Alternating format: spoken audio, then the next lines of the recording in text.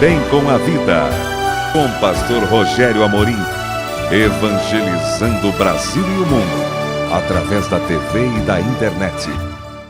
Muito bom poder estar com você. Deus abençoe você, Deus abençoe a sua casa, Deus abençoe a sua família, Deus abençoe o seu trabalho, Deus abençoe esse dia em nossas vidas, né?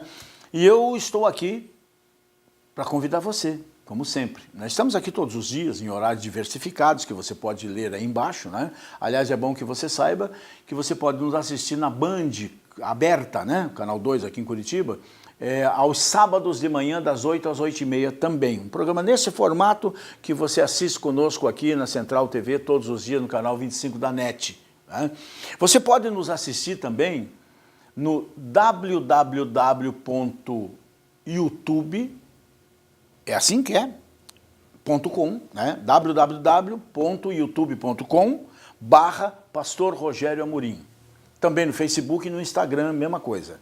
E aí, você vai poder participar de dúzias de cultos e de mensagens que pregamos aqui.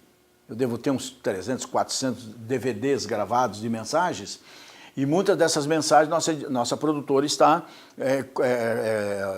o nosso pessoal está colocando nas diferentes mídias para evangelizar. A palavra de Deus é uma semente que precisa ser lançada, né, para produzir os seus frutos, e nós procuramos de todas as maneiras fazer isso. Por isso estamos aqui nesse horário com você, aqui na Central TV, para falar do grande amor de Deus, das boas notícias que a palavra de Deus, a Bíblia Sagrada, sempre traz. Terminamos agora, nesse final de maio, né, a chamada Semana do Pentecoste, com o pastor Roberto Gromowski. Foram 6 ou 7 cultos com centenas de pessoas batizadas no Espírito Santo. Foi uma campanha extraordinária de batismo no Espírito Santo, Semana do Pentecoste. É bonito ver, de mamando a caducando, como a gente diz, né? De criança a irmãos de mais idade, depois de tanto tempo buscando, sendo batizados no Espírito Santo com a evidência do falar em línguas estranhas. Isso não acabou, isso não vai acabar nunca, isso é Bíblia. Isso nunca foi tão atual e tão necessário nos dias atuais, esse poder, né, latente em nossas vidas, não é isso? Só que não é só nessa campanha. Você pode vir, qualquer culto nosso, você vai sentir a graça, o poder de Deus da mesma forma, né?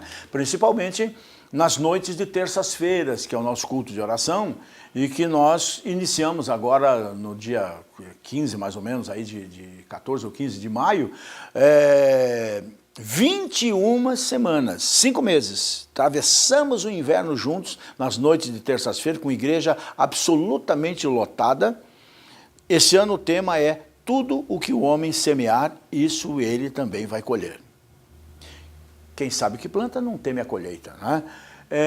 Então venha estar conosco, mas não só nesses dias, né? Venha estar, todo dia tem culto aqui.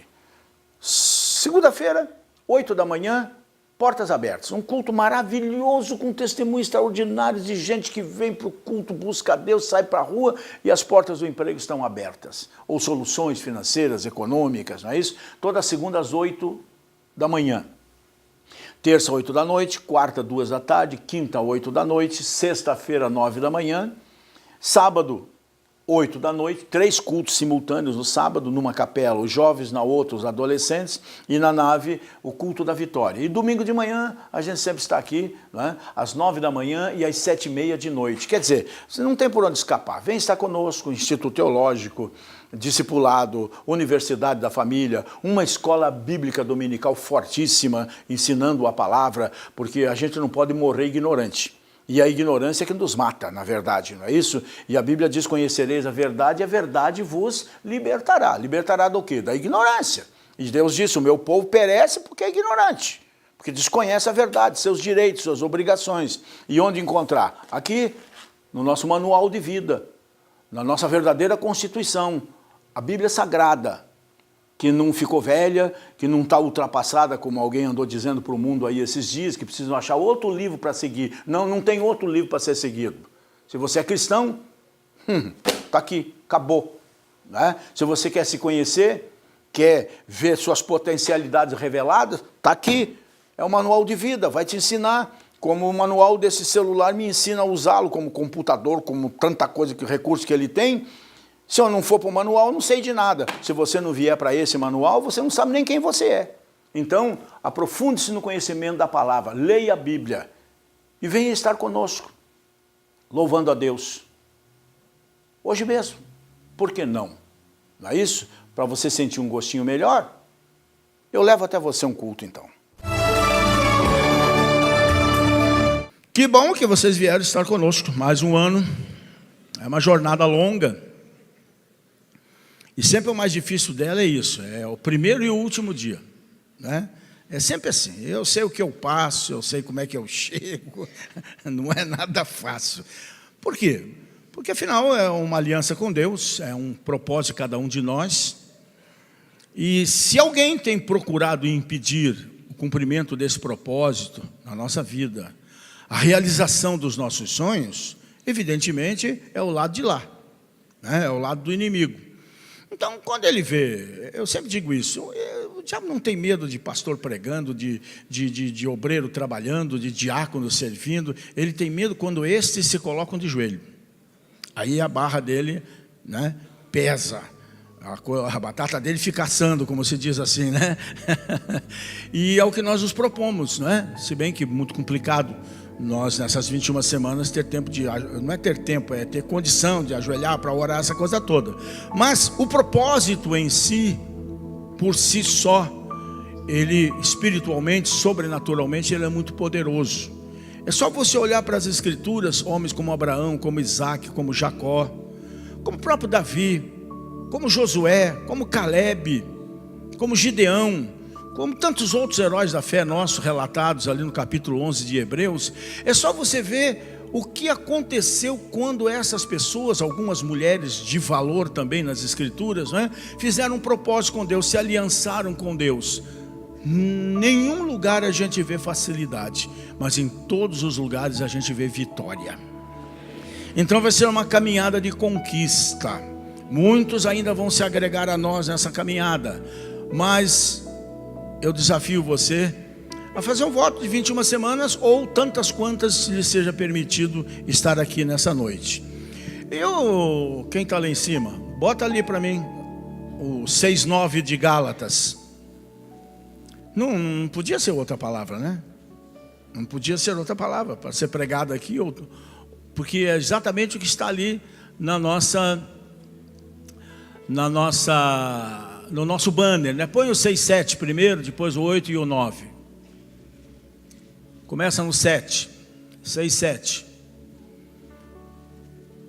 Porque tudo o que o homem semear, isso também ceifará. Mas antes, ele diz, não se enganem,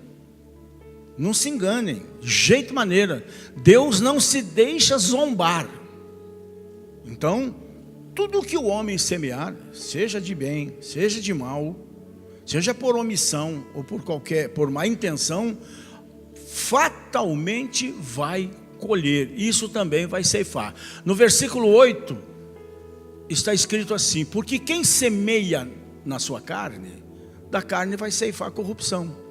Mas quem semeia no Espírito, do Espírito ceifará a vida eterna. O 9, como diz não me lembro quem que fica aqui reclamando, né? E não nos cansemos de fazer o bem, porque a seu tempo colheremos, ceifaremos, se não houvermos desistido. Amém? E esse é o princípio no reino de Deus. É o que Jesus estabeleceu lá no capítulo 4 de Marcos, né? E você, quando olha para uma pessoa, às vezes para famílias, você olha até para uma igreja, você olha para uma empresa, por exemplo, você olha até para um país, ou você acaba vendo o seu estado, bom ou ruim, situação próspera ou situação difícil, de penúria, não é? A gente analisa o para trás daquela pessoa, daquela família, daquele estado, daquela igreja, daquela empresa. E fica imaginando por que aquele resultado. E aquilo que a gente vê, para o bem ou para o mal, é o resultado de uma semeadura que levou àquela colheita. Casamentos destruídos, famílias destruídas, empresas falindo, países atravessando crises enormes e o povo sofrendo, tudo por causa, evidentemente, de semeaduras, né? E este ano nós queremos abordar esse tema na nossa caminhada de 21 semanas, e eu mesmo hoje decidi isso, quero me preocupar em pregar para vocês a respeito de uma coisa que o brasileiro mais está precisando de hoje: prosperidade. E eu quero enfatizar isso, muito bem enfatizado. Isso não pode ter nada que ver comigo e com você, por uma razão muito simples. Embora a gente tenha esse defeito, a gente de acreditar em promessas políticas, e a gente sempre quebra a cara com esse negócio, não é isso? Mas nós temos promessas que são infalíveis daquele que verdadeiramente governa as nossas vidas. Então por que não acontece? Por uma razão muito simples. Nós vamos para o campo, admiramos o campo, achamos muito bonito o campo, achamos que a grama é maravilhosa, as árvores então nem se fala, os passarinhos cantando, Deus está em tudo isso. Está, mas Ele quer estar em muito mais do que isso. Ele quer estar na terra arada, preparada, semeada, para Ele poder fazer o seu povo prosperar. Porque se nós não fizermos nada, nada Ele fará. Vou sempre repisar naquilo que eu digo para vocês: nossa vida com Deus é ação e reação. Eu faço e Ele pá, mata em cima, como se diz. Não é isso? Isso é um fato. Eu planto, eu colho, não planto, eu não colho. Eu planto muito, eu colho muito, eu planto pouco, eu colho pouco, não é? Nós não podemos desacreditar. E também não podemos nos contentar com pouco. Porque se Deus foi fiel naquele pouco que eu plantei, o quanto Ele não será no muito que eu venha a plantar?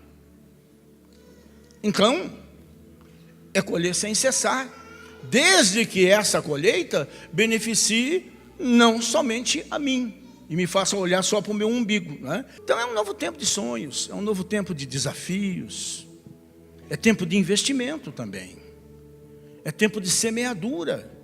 Pronto, lá vem ele falar de dinheiro. Não estou falando de dinheiro, estou falando de coisas mais importantes, como amor, trabalho, fidelidade, respeito, tanta coisa a mais. Investimento de tempo na palavra, na oração, na obediência, na fé, na fidelidade, no dar também, claro. Investir, semear. É tempo de investimento, é tempo de semeadura para quem acredita em um Deus que faz as coisas acontecerem na vida daqueles que acreditam. Porque, gente, a vida não é o que alguns pensam por aí. A vida é feita de escolhas, a vida é feita de lutas, a vida é feita de decisões. E se fizermos escolhas erradas, se tomarmos direções erradas, nós vamos nos distanciar do alvo de Deus para a nossa vida. E acredite, Deus tem um alvo para a sua vida. Você não foi chamado à toa, você não está aqui por acaso. Você não caiu aqui de paraquedas, foi o Espírito de Deus que usou alguém ou alguma coisa para que você viesse estar aqui nessa igreja. Não estou supervalorizando a nossa igreja, estou falando, quando eu falo igreja, é a igreja de Cristo, né? Que é universal, não é a universal, né? É universal, né? Então, gente, se fizermos uma semeadura errada também, por outro lado, no campo errado, fatalmente vamos fazer uma colheita errada. E a lei da semeadura e da colheita, gente, ela realmente é universal. Colhemos o que semeamos, mas põe uma coisa no seu espírito, para você que é de Deus: nós sempre vamos colher mais do que plantamos.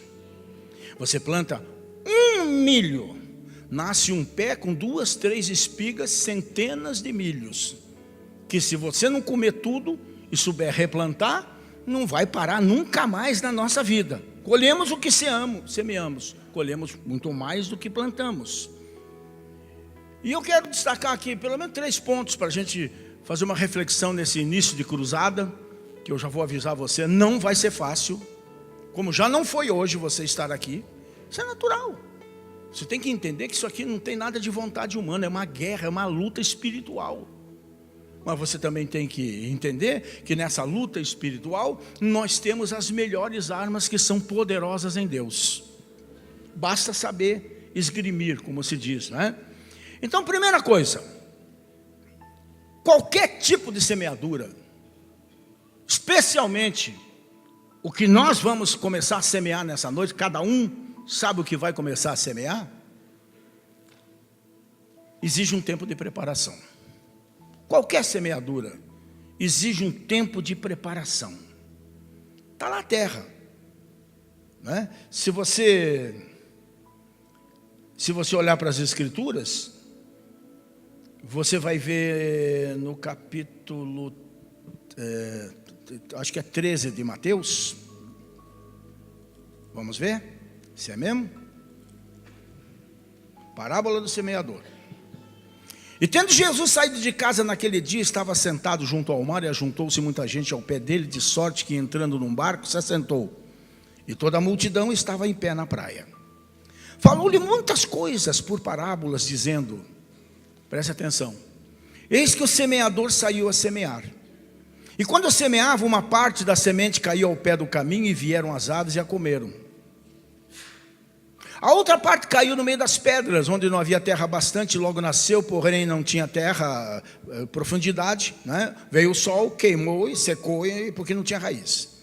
A outra caiu no meio dos espinhos, e os espinhos cresceram e sufocaram.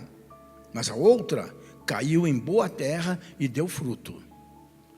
Um a 100, outro a 60 e outro a 30. Amém?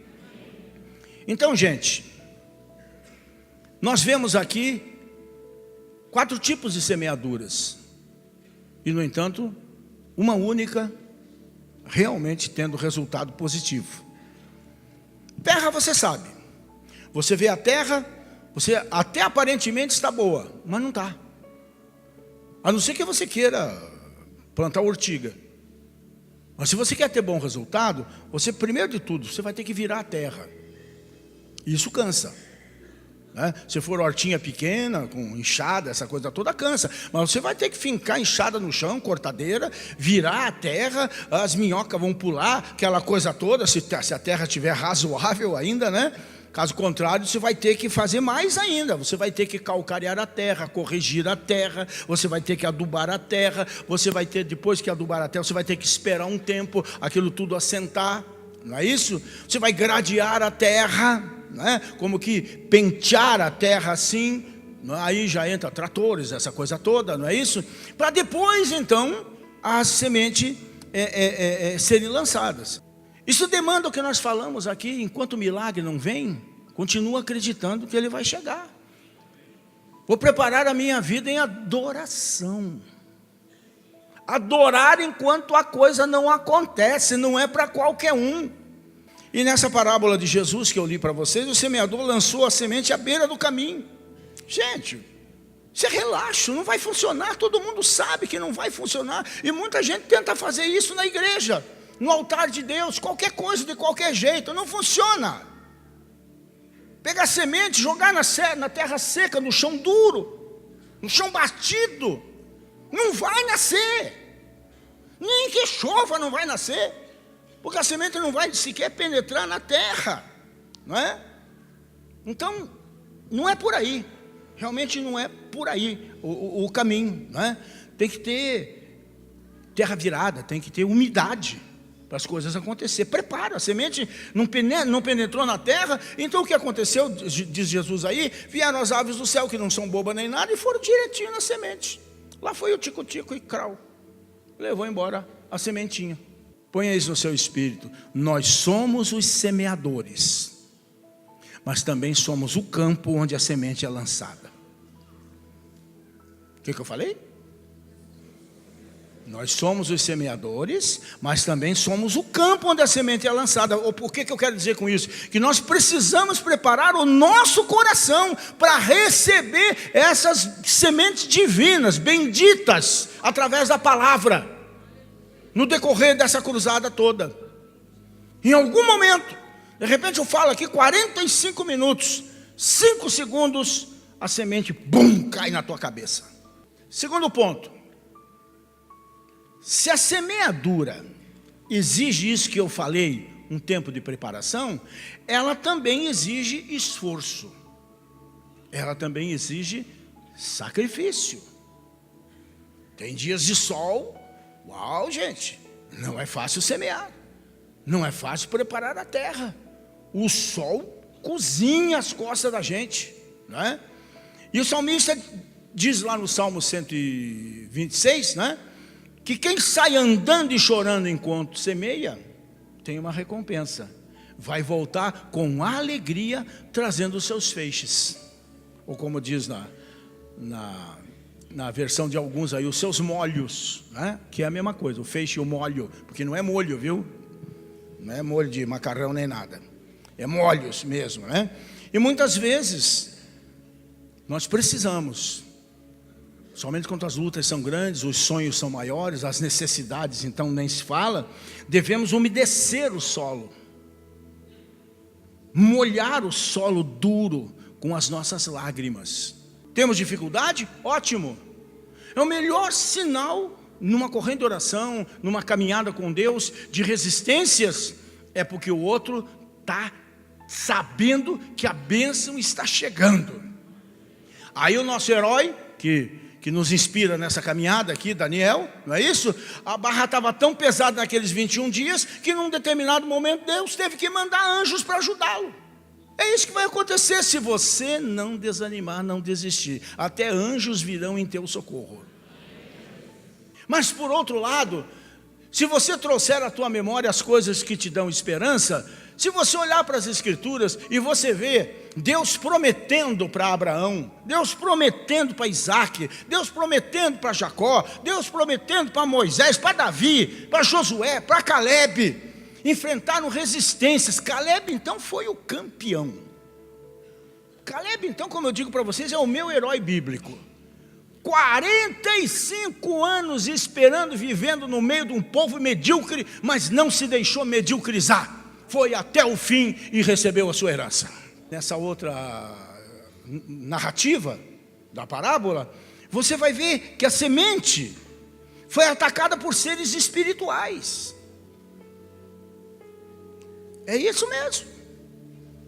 São seres espirituais que vão tentar atacar a nossa semente, usando pessoas humanas, situações, sentimentos. A semente foi atacada por seres racionais, por seres irracionais.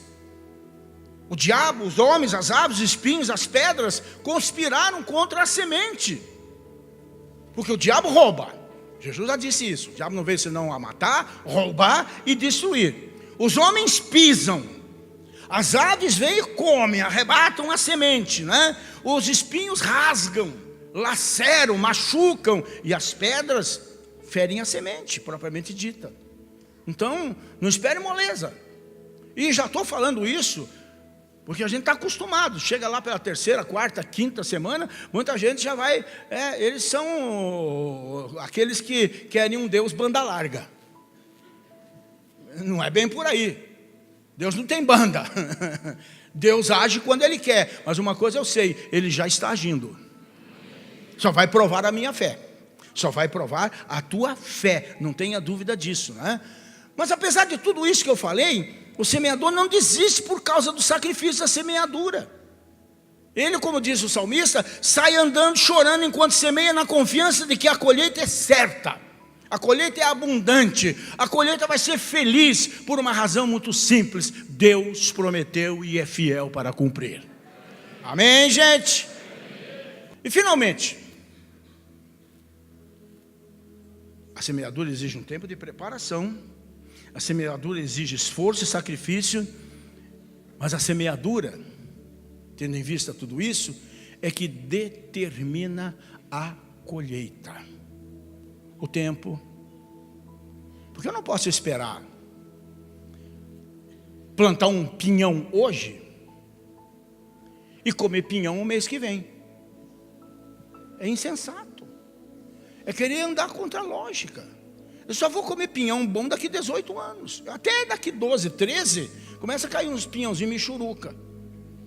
Mas se eu quiser comer pinhão de verdade, daqui 18, quando ele estiver grossão já com toda... Porque eu não sei se vocês sabem, mas o pinheiro conta a idade dele, né? Se você serrar um pinheiro, todas aquelas voltas, de cada volta daquela ali é um ano de vida que ele tem, né? Agora, se você quer comer alface, aí é moleza. Plantar hoje, daqui um mês, mês e meio, você está comendo. Por quê? Porque alface nasce rápido e pinheiro demora mais. Só que alface hoje você come e acabou. Pinheiro vai estar lá sempre, belo, altaneiro, a árvore mais linda do mundo, o pinheiro araucária aqui do Paraná, principalmente. Não é isso? E eu sei que o ano que vem eu vou comer de novo. E eu sei que em 2020 eu vou comer de novo. E assim por diante. Você tem que entender esses princípios simples. Por isso que Jesus usa parábolas. São coisas simples, é o nosso dia a dia. Para a gente entender as coisas grandes de Deus, que apesar de serem sublimes, grandes, altas, gloriosas, são fáceis de se entender. A gente é que é meio cabeça dura, né? Mas colhemos o que semeamos, com certeza, bem ou mal, pouco ou muito, mas colhemos o que semeamos. E não esqueça nunca, se eu plantar alface, eu não vou comer couve. Se eu plantar pinheiro, eu não vou comer abacate. Não tem como.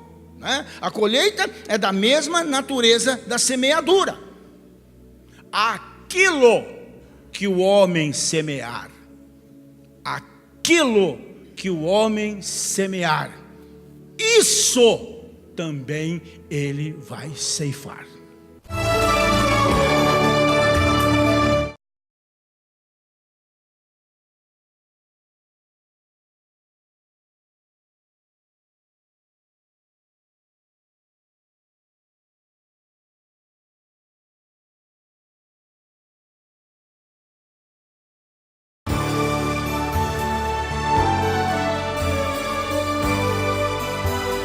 Bem com a Vida, com pastor Rogério Amorim, evangelizando o Brasil e o mundo, através da TV e da internet.